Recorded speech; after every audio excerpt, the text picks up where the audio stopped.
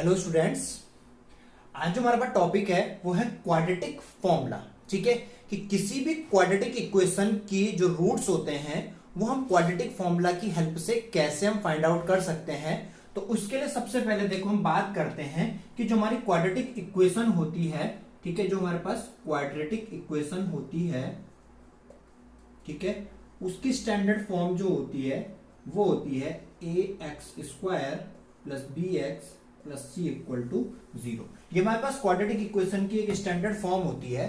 तो देखो सबसे पहले क्या किया जाता है जब भी हमें ये कि किसी भी क्वाड्रेटिक इक्वेशन के रूट्स फाइंड आउट करने हैं with the help of quadratic formula, तो सबसे पहले हमको ये पता करना होता है कि क्या उस इक्वेशन में क्वाड्रेटिक फॉर्मूला एग्जिस्ट कर रहा है या नहीं कर रहा है, मतलब ये क्वाड्रेटिक फॉर्मूला से वो क्वेश्चन सॉल्व होगा या नहीं होगा। तो उसके लिए सबसे पहले क्या किया जाता है कि हमें किसी भी क्वाड्रेटिक इक्वेशन का डिस्क्रिमिनेंट निकाला जाता है। क्या निकाला जाता है? डिस्क्रिमिनेंट हम फाइंड आउट करते हैं और वो डिस्क्रिमिनेंट जो होता है वो हम b² माइनस 4ac की हेल्प से फाइंड आउट करते हैं। d की जो वैल्यू होती है, डिस्क्रिमिनेंट d से डिनोट कर लेते हैं, तो इसकी हम पहले क्या करते हैं, वैल्यू फाइंड आउट करते हैं। ठीक है, b² माइनस 4ac। अब ये b² 4ac ये है क्या? तो b जो है आपको पता ही है कि x का कोएफिशिएंट है b, a जो है वो x² का कोएफिशिएंट है और जो c है वो कांस्टेंट टर्म है उस क्वाड्रेटिक इक्वेशन में। तो इससे क्या करा जाता है, सबसे पहले जब हमने b² माइनस 4ac की वैल्यू निकाली, इसका डिस्क्रिमिनेंट निकाला, तो हम चेक करते हैं कि b² माइनस 4ac की जो वैल्यू है क्या वो 0 से बड़ी है, या हम ये कह सकते हैं कि क्या वो वैल्यू पॉजिटिव है। ठीक है, ठीक है, पॉजिटिव नंबर होना चाहिए। तो b² माइनस 4ac की वैल्यू 0 से बड़ी आनी चाहिए।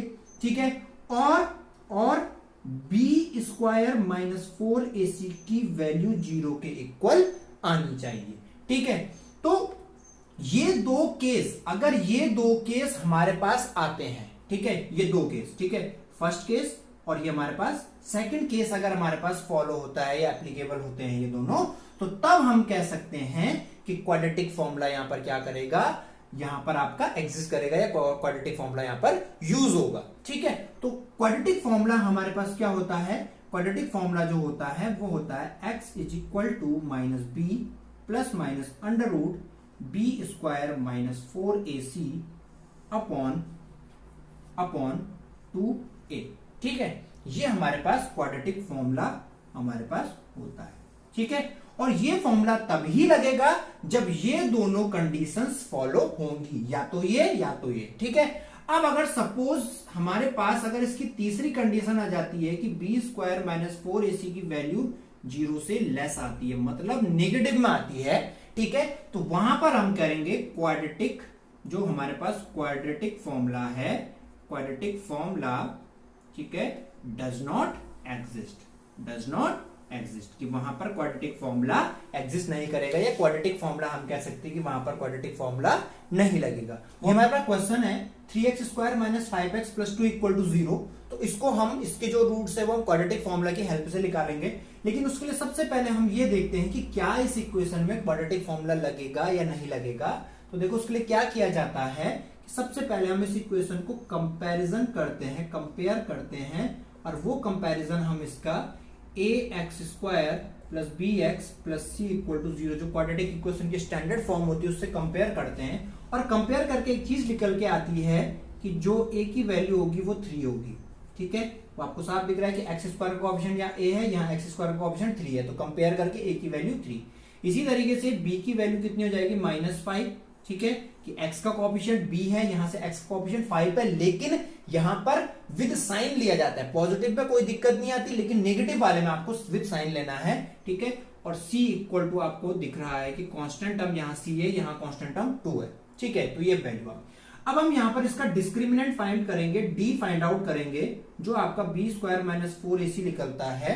ठीक है, तो यहां पर क्या होगा, या हम ये भी कह सकते हैं सीधे सीधे कि हमें b² माइनस 4ac की वैल्यू फाइंड आउट करनी है। तो b की वैल्यू -5 का होल स्क्वायर माइनस a की वैल्यू 3 और c की वैल्यू 2, तो ये हो जाएगा 25 माइनस 4 3 12 2 24 इज इक्वल टू 1।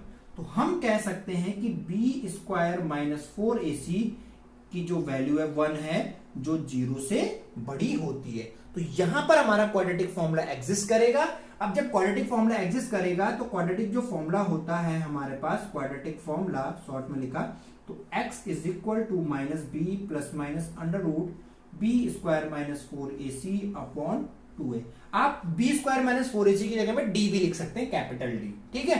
तो अब देखो माइनस अपनी जगह में b की वैल्यू कितनी है, माइनस का 5 plus minus b square minus 4ac की वैल्यू आपको दोबारा फाइंड आउट करने की जरूरत नहीं, क्योंकि हम यहां पर निकाल चुके हैं इसको।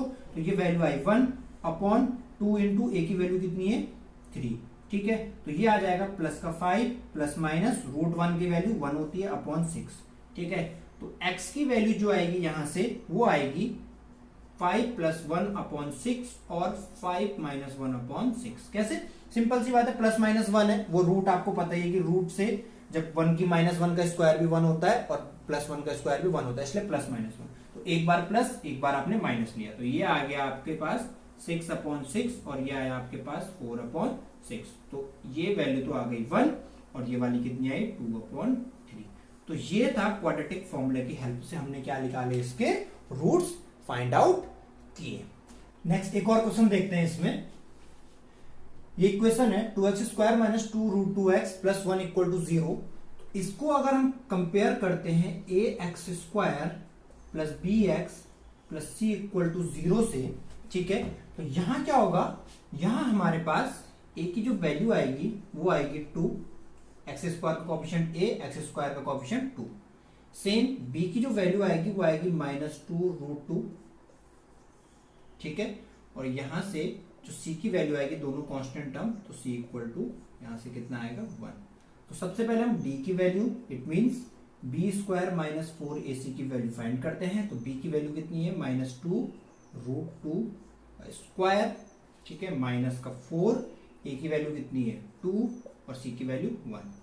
तो माइनस का तो स्क्वायर करेंगे पॉजिटिव, 2 का स्क्वायर 4 और रूट 2 का स्क्वायर 2, तो 4 2 जा 8 माइनस ये कितना हो गया 4 2 जा 8, तो ये आ गया 0। तो b स्क्वायर माइनस 4ac की वैल्यू कितनी आ गई, 0 आ गई। तो यहां पर हमारी सेकंड कंडीशन भी फॉलो हो रही है, ठीक है। जिससे पहला वाला क्वेश्चन था उसमें b स्क्वायर माइनस 4ac की वैल्यू ग्रेटर देन 0 थी, इसमें 0 के इक्वल है, तो इसका मतलब क्वाड्रेटिक फॉर्मूला एग्जिस्ट करेगा। तो क्वाड्रेटिक जो फॉर्मूला होता है वो होता है minus b plus minus under root b square minus 4ac upon 2a, it means minus 2 root 2, b की वैल्यू 2 रूट 2 माइनस का, और प्लस माइनस रूट 2 की इसकी वैल्यू पूरी 0 है, तो रूट के अंदर अगर आप 0 भी लिख दो तो वो कंप्लीटली उसने 0 ही हो जाना है। 2 की वैल्यू 2, a की वैल्यू 2, तो ये आ गया 2 रूट 2 अपॉन 4, ठीक है, ये आया। नेक्स्ट जब इसे सॉल्व कर लेंगे थोड़ा सा, तो ये आएगा आपका 2 2 जा 4, तो ये हो गया रूट 2 अपॉन 2, ठीक है।